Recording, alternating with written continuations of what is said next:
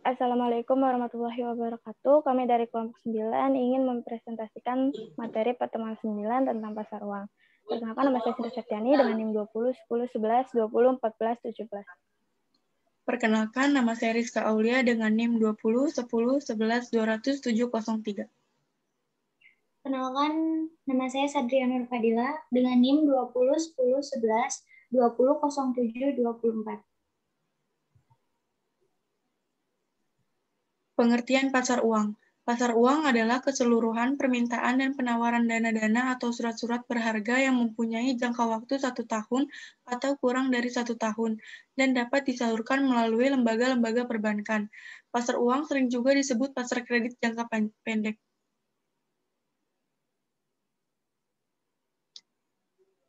Teori permintaan uang. Teori permintaan uang sebelum Keynes sering disebut dengan teori permintaan uang klasik, karena landasan pemikiran mengenai perekonomian dalam teori tersebut menggunakan asumsi klasik, di mana perekonomian selalu berada dalam keadaan seimbang. Beberapa teori permintaan uang sebelum Keynes, seperti teori permintaan uang menurut Irving Fisher dengan bukunya yang berjudul Transaction Demand Theory of the Demand for Money, memandang uang sebagai alat pertukaran. Menurut Fisher, jika terjadi transaksi di antara penjual dan pembeli, maka pertukaran antara uang dengan barang atau jasa, sehingga nilai dari uang yang ditukarkan pasti sama dengan nilai barang atau jasa yang ditukarkan. Secara matematis dapat ditulis sebagai berikut. MV sama dengan PT, di mana M adalah jumlah uang yang beredar, V adalah kecepatan perputaran uang, P adalah harga barang atau jasa, dan T adalah jumlah transaksi.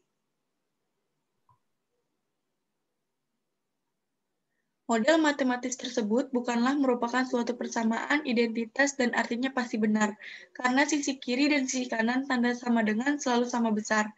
MV sama dengan PT merupakan suatu persamaan apabila kita memperhatikan masing-masing komponen. M adalah jumlah uang yang beredar, ditentukan oleh aktivitas moneter dan dapat dianggap sebagai variabel konstan atau eksogen. Jumlah transaksi atau P tergantung dalam kuadran full employment. Oleh karena itu, dalam jangka pendek nilai T tetap. Apabila P dan V bisa berubah untuk menjaga persamaan, maka MV sama dengan PT tetaplah merupakan suatu identitas. MV sama dengan PT bukan lagi merupakan identitas, sebab menurut Fisher nilai V tidak berubah dalam jangka pendek, sebab besarnya nilai V ditentukan oleh faktor institusi dan teknologi yang digunakan. Persamaan MV sama dengan PT dapat diubah dalam bentuk P sama dengan MV per T. Jadi, berdasarkan persamaan tersebut, dapat dikatakan bahwa tingkat harga berkaitan erat dengan jumlah uang yang beredar. Apabila uang yang beredar meningkat 2 kali, maka tingkat harga juga akan naik 2 kali lipat. Teori permintaan menurut Cambridge. Kaum Cambridge menganggap uang adalah sebagai penyimpan kekayaan atau store of value. Kaum ekonomi Cambridge, Marshall dan Vigo menganalisis faktor-faktor seseorang untuk memegang uang tunai yang menurutnya ditentukan oleh tingkat bunga, jumlah kekayaan yang dimiliki, harapan tingkat bunga di masa yang akan datang, dan tingkat harga. Cambridge mengatakan bahwa keinginan seseorang untuk memegang uang tunai secara nominal adalah proporsional terhadap pendapatan nominal seseorang atau secara matematis dapat dirumuskan sebagai berikut. MD sama dengan KY, di mana MD adalah permintaan akan uang, K adalah presentasi jumlah uang tunai yang dipegang terhadap pendapatan, Y adalah pendapatan. Berdasarkan persamaan tersebut, jika Y sama dengan Y per P, maka MD sama dengan KP dikali Y, atau dapat menjadi MD per P sama dengan K dikali Y.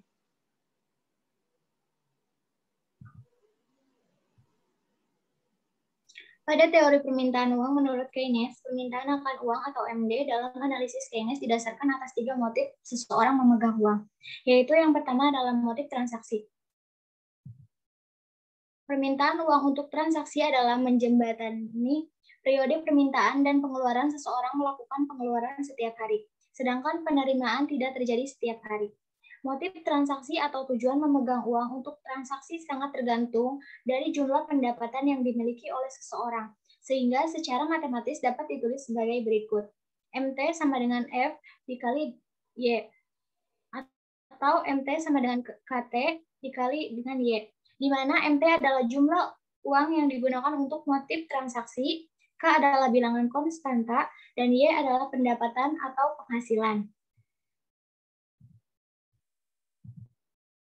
Sedangkan yang kedua adalah motif berjaga-jaga. Menurut Keynes, antisipasi terhadap pengeluaran yang direncanakan dan yang tidak direncanakan menyebutkan seseorang akan memegang uang lebih besar daripada untuk tujuan transaksinya. Dalam motif berjaga-jaga, sama halnya dengan motif transaksi yang besarnya sangat tergantung pada penghasilan atau pendapatan seseorang. Dalam model matematikanya dapat ditunjukkan dalam bentuk fungsi MJ sama dengan F dikali Y, atau MJ sama dengan KJ dikali Y, di mana MJ sama dengan jumlah uang yang digunakan untuk motif berjaga-jaga, K adalah variabel konstanta, dan Y adalah penghasilan. Transaksi yang merupakan fungsi dari pendapatan bila dihubungkan dengan motif berjaga-jaga dapat diberikan simbol M1, sehingga M1 tersebut merupakan jumlah uang beredar yang digunakan untuk motif transaksi dan berjaga-jaga. Secara matematis dapat ditunjukkan sebagai berikut. MT sama dengan F dikalikan dengan Y, atau MJ sama dengan F dikali Y, maka MT ditambah MJ sama dengan M1 atau K1 dikali Y sama dengan KT dikalikan Y, ditambah KJ dikali dengan Y. Dari model matematis tersebut, kemudian dapat dibuat model kurva seperti di bawah ini.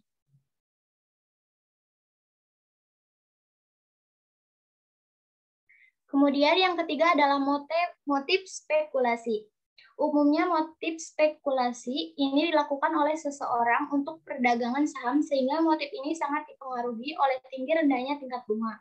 Di dalam permintaan akan uang untuk motif ini berbeda halnya dengan motif yang lain. Karena motif spekulasi tergantung dari tingkat bunga sehingga digunakan simbol M secara matematis dapat dijelaskan sebagai berikut.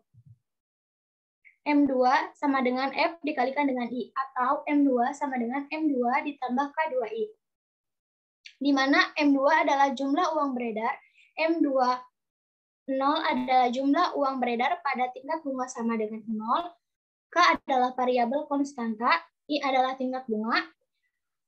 Hubungan antara tingkat bunga dengan M2 atau motif spekulasi menunjukkan hubungan yang negatif, sehingga di dalam kurvanya slope atau lereng kurva juga menunjukkan arah yang negatif.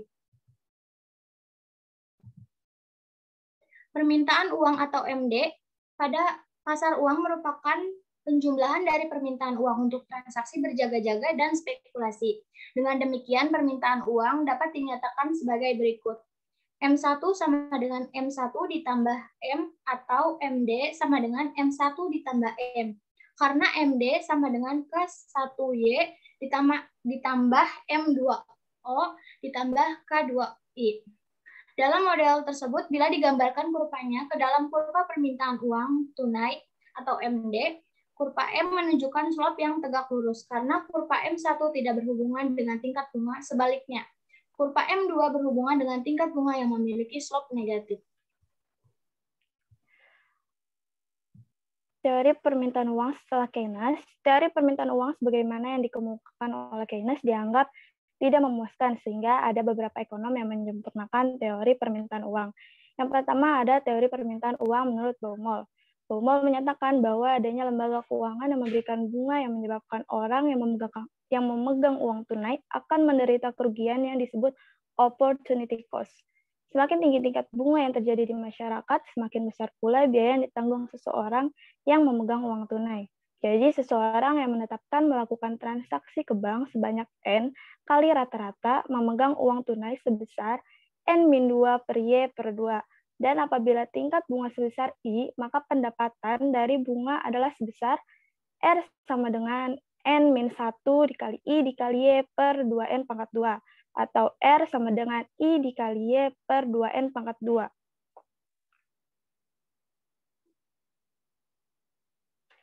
Yang kedua ada teori permintaan uang menurut Tobin. Tobin menjelaskan mengenai motivasi seseorang memegang uang tunai untuk tujuan spekulasi menggunakan pendekatan portofolio. Menurut Tobin, pada kenyataannya seseorang menghadapi ketidakpastian Dalam memegang sebuah surat berharga, seseorang mempunyai spektrum dari keuntungan tersebut yang diukur dengan suatu frekuensi distribusi atau FG. Seseorang yang memegang surat berharga mengharapkan akan memperoleh pendapatan E sama dengan J plus G, di mana I sama dengan tingkat bunga dan G adalah keuntungan modal. Jadi, seseorang yang memiliki sejumlah surat berharga mengharapkan akan memperoleh pendapatan total sebesar RT sama dengan B dikali E sama dengan B dalam kurung I tambah G. Bila dilihat dari resiko memegang saham, T sama dengan B dikali SG dan B sama dengan T per SG, di mana T adalah resiko total, SG besar resiko yang dihadapi, B jumlah surat berharga. Bila model di atas digabungkan menjadi satu ke dalam persamaan RT, maka akan mendapatkan model matematis kendala anggaran atau budget constraint. RT sama dengan T dalam kurung I ditambah G per SG, atau RT per T sama dengan I plus G per SG.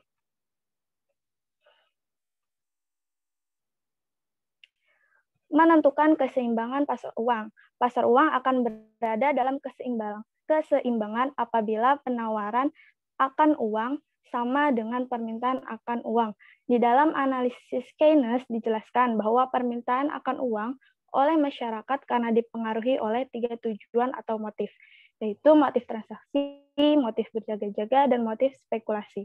Dari ketiga motif tersebut akan digambarkan model keseimbangan pasar uang atau analisis LM, sehingga akan terbentuk fungsi LM yang menggambarkan hubungan antara tingkat pendapatan nasional pada berbagai kemungkinan tingkat bunga yang memenuhi syarat keseimbangan equilibrium dalam pasar uang.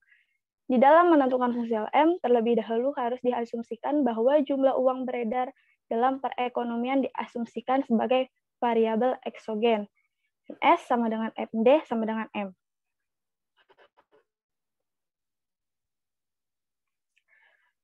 Kemudian permintaan akan uang terdiri dari motif transaksi, berjaga-jaga, dan spekulasi. Dibuat model sebagai berikut. MT sama dengan motif transaksi, MJ sama dengan motif berjaga-jaga. MT dan MJ tergantung dari pendapatan atau dalam matematis ditulis MT sama dengan F dalam kurung Y sama dengan MT sama dengan KT Y. MJ sama dengan F dalam kurung Y sama dengan MJ sama dengan KJ kali Y. MT plus MJ sama dengan M1, karena M1 sama dengan F dalam kurung Y, maka fungsi M1 sama dengan M, atau KTY ditambah KJY sama dengan K1Y. M sama dengan MD sama dengan M. M sama dengan M1 plus M2. M sama dengan K1Y plus M2 0 plus K2I. K1Y sama dengan M min M2 0 plus K2I. LMT sama dengan M sama dengan M2 0 sama LMT sama dengan M min M2 0 min K2I per K1.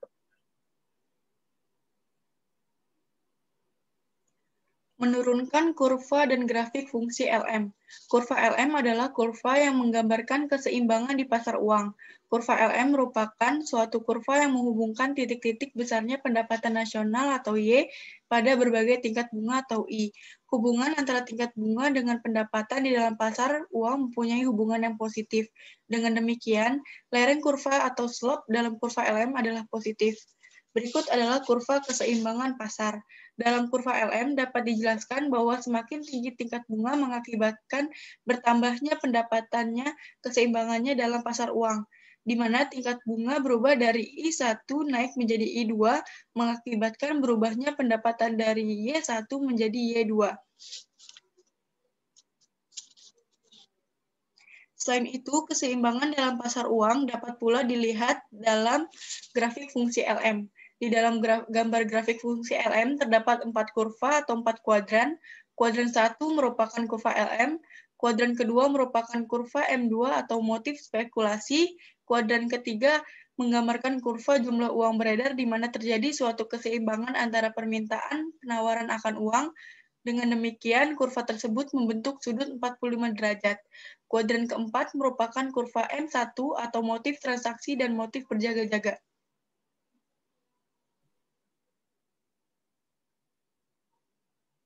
Kebijakan moneter dan pergeseran kurva LM.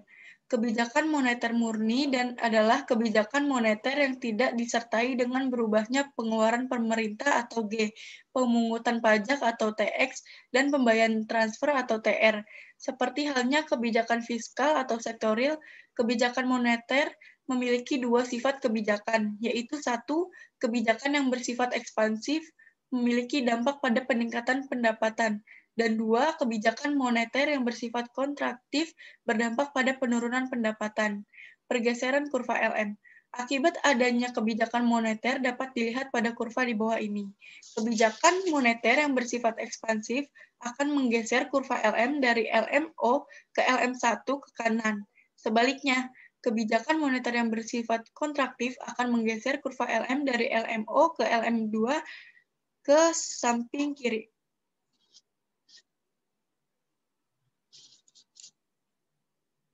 Beberapa instrumen atau alat yang sering digunakan pemerintah dalam melakukan kebijakan moneter antara lain, satu, open market operation adalah kebijakan pemerintah untuk mempengaruhi kondisi jumlah uang yang beredar dengan memperjualbelikan surat berharga pemerintah seperti SBI atau SBPU. Yang kedua, reserve requirement adalah kebijakan pemerintah yang berkaitan dengan penentuan cadangan minimum bagi bank umum atau komersial oleh bank sentral. Yang ketiga, rediscount policy adalah kebijakan pemerintah untuk mempengaruhi kondisi moneter melalui perubahan tingkat harga. Yang keempat, selective credit control adalah kebijakan pemerintah di bidang moneter dengan cara memberi himbauan kepada sektor perbankan dalam hal penyaluran dana kemasyarakatan atau kredit.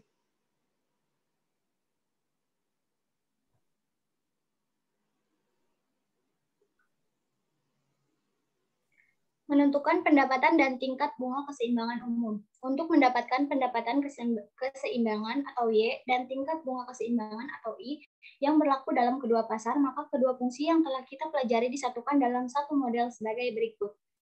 Yang pertama, fungsi keseimbangan pasar barang atau fungsi IS adalah Y sama dengan A ditambah I0 ditambah EI per 1 dikurangi C. Yang kedua adalah fungsi keseimbangan pasar uang atau fungsi LM, yaitu Y sama dengan M ditambah M2O ditambah K2I per K1. Di mana Y adalah pendapatan keseimbangan umum dan I adalah tingkat bunga keseimbangan umum. Kemudian menurunkan kurva dan grafik fungsi IS LM. Setelah pendapatan keseimbangan atau Y dan tingkat bunga keseimbangan I ditemukan, maka kurva IS atau LM dapat digambarkan sebagai berikut.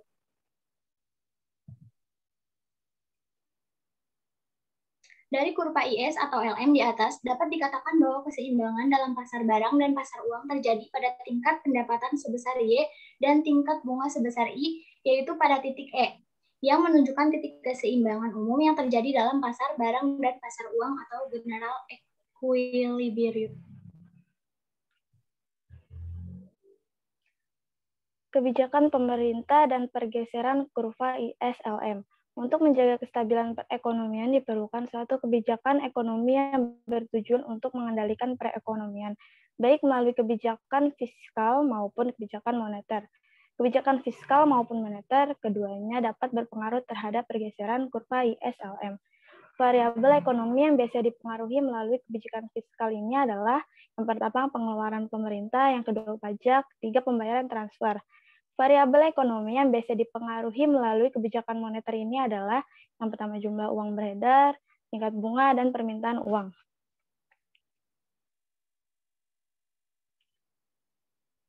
Beberapa model pergeseran kurva IS-LM yang diakibatkan adanya kebijakan pemerintah.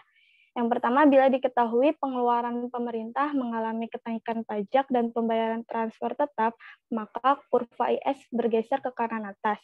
Yang kedua, pengeluaran pemerintah dan pembayaran transfer tetap tidak berubah, pajak mengalami kenaikan, maka kurva IS bergeser ke kiri bawah.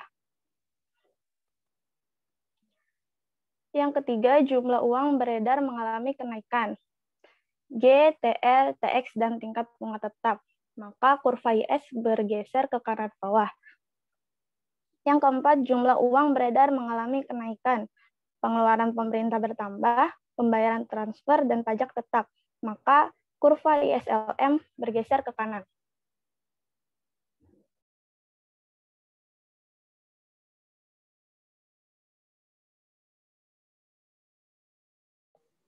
Soal kualitatif dan penyelesaiannya. Yang pertama, bagaimana hubungan antara pasar uang dan pasar barang? Jelaskan. Jawabannya, ada dua hubungan yang mendasar antara pasar uang dan pasar barang, yaitu pendapatan dan permintaan uang, serta belanja investasi yang direncanakan dan tingkat bunga. Pasar uang dan pasar barang merupakan kedua pasar yang tidak dapat dipisahkan.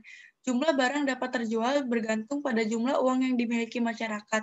Jadi, secara sederhana, kita hanya dapat berbelanja jika kita mempunyai uang. Permintaan akan uang ini otomatis akan mempengaruhi pasar barang. Kemampuan dan daya beli masyarakat menjadi pemicu utama dalam kelancaran transaksi yang terjadi di pasar barang. Dalam belanja investasi, orang yang berinvestasi tergantung pada tingkat bunga yang ditawarkan. Semakin tinggi tingkat bunga, maka semakin besar masyarakat akan belanja investasi dan sebaliknya. Oleh sebab itu, hubungan antara pasar uang dan pasar barang tidak dapat dipisahkan. Mereka mempunyai keterikatan satu sama lain dalam sebuah perekonomian.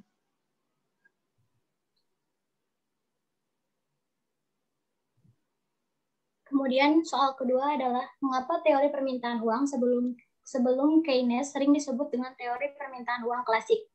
Jawabannya adalah teori permintaan uang sebelum Keynes sering disebut dengan teori permintaan klasik. Teori permintaan uang ini dikatakan klasik karena landasan pemikiran mengenai perekonomian dalam teori tersebut menggunakan asumsi klasik, yaitu perekonomian selalu berada dalam keadaan yang seimbang. Yang ketiga, apa saja instrumen atau alat yang sering digunakan pemerintah dalam melakukan kebijakan moneter? Jawabannya yang pertama ada open market operation adalah kebijakan pemerintah untuk mempengaruhi kondisi jumlah uang yang beredar dengan memperjualbelikan surat berharga pemerintah. Yang kedua ada reserve requirement adalah kebijakan pemerintah yang berkaitan dengan penentuan cadangan minimum bagi bank umum komersial oleh Bank Sentral BI. Yang ketiga ada rediskon polisi adalah kebijakan pemerintah untuk mempengaruhi kondisi moneter melalui perubahan tingkat bunga. Yang keempat ada selective credit control. Adalah kebijakan pemerintah di bidang moneter dengan cara memberi himbauan pada sektor perbankan dalam hal penyaluran dana kemasyarakatan atau kredit. Selanjutnya, soal kuantitatif dan penyelesaiannya. Yang soal 1, diketahui jumlah uang yang beredar adalah 600 M. Permintaan uang untuk transaksi dan berjaga-jaga adalah M1 sama dengan 0,25 Y. Permintaan uang untuk spekulasi adalah M2 sama dengan 400 dikurang 500 I. Tentukan keseimbangan pasar uang. Jawabannya, MS sama dengan 600 M, MD sama dengan M1, plus M2 sama dengan 0,25Y plus 400 dikurang 500I, maka keseimbangan LM sama dengan MS sama dengan MD, MS 600, MD 0,25Y tambah 400 dikurang 500I, 0,25Y sama dengan 600 dikurang 400 ditambah 500I, Y sama dengan 800 ditambah 2000I.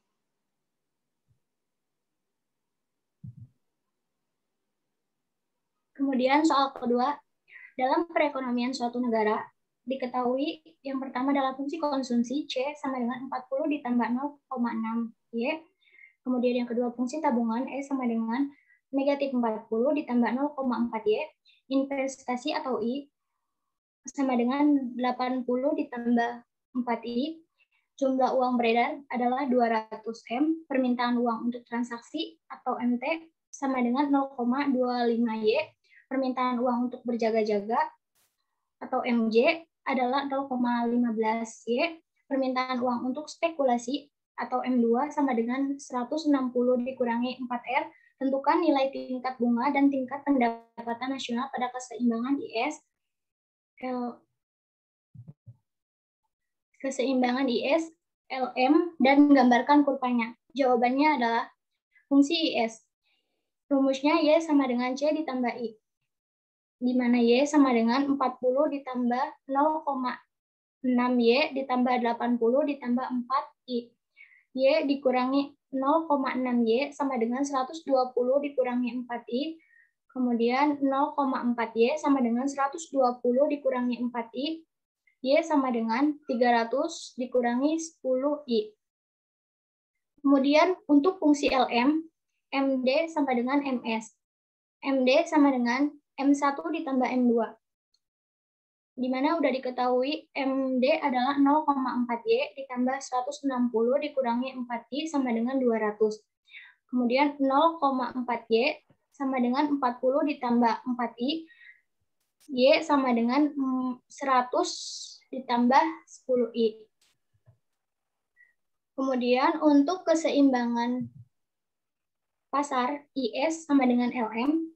IS sama dengan LM, 300 dikurangi 10I sama dengan 100 ditambah 10I.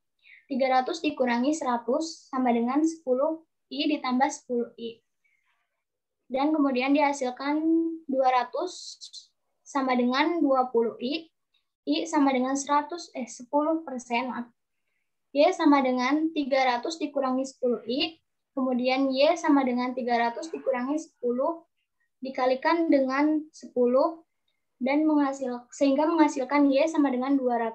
Jadi nilai tingkat bunga keseimbangan 10% dan tingkat pendapatan nasional keseimbangan 200. Kurva IS dan LM-nya sebagai berikut.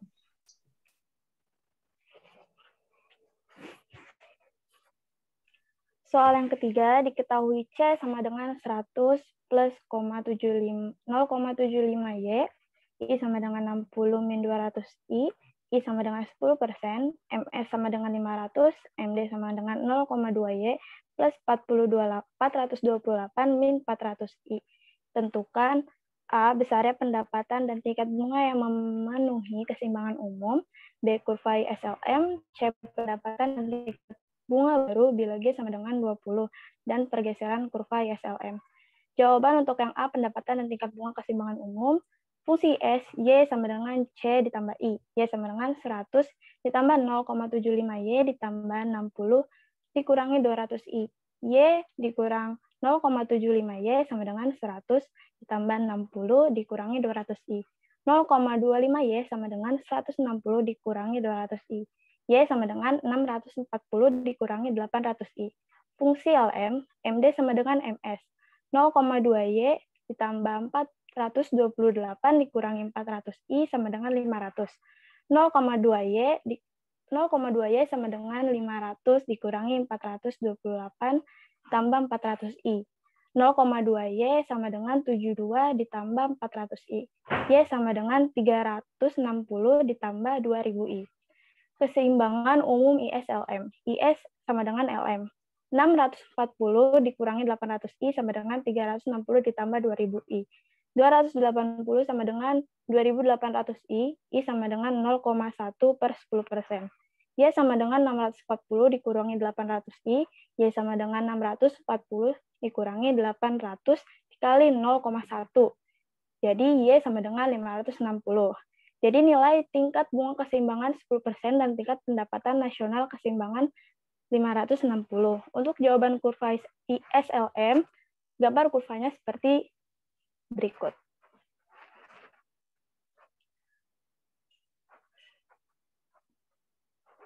Untuk jawaban yang C, pendapatan dan tingkat bunga baru bila G sama dengan 20.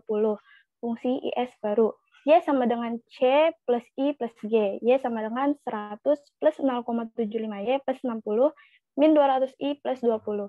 Y min 0,75Y sama dengan 100 plus 60 plus 20 min 200I. 0,25Y sama dengan 180 min 200I.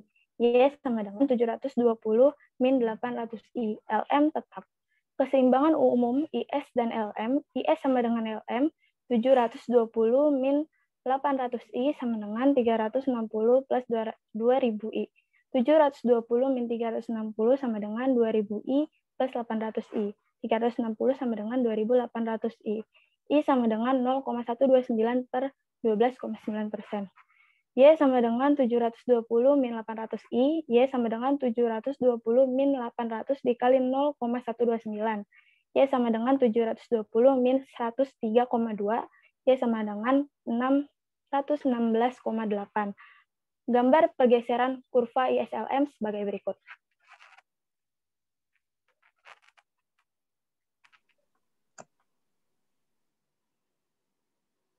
Sekian presentasi dari kami. Kurang lebihnya mohon maaf. Wassalamualaikum warahmatullahi wabarakatuh.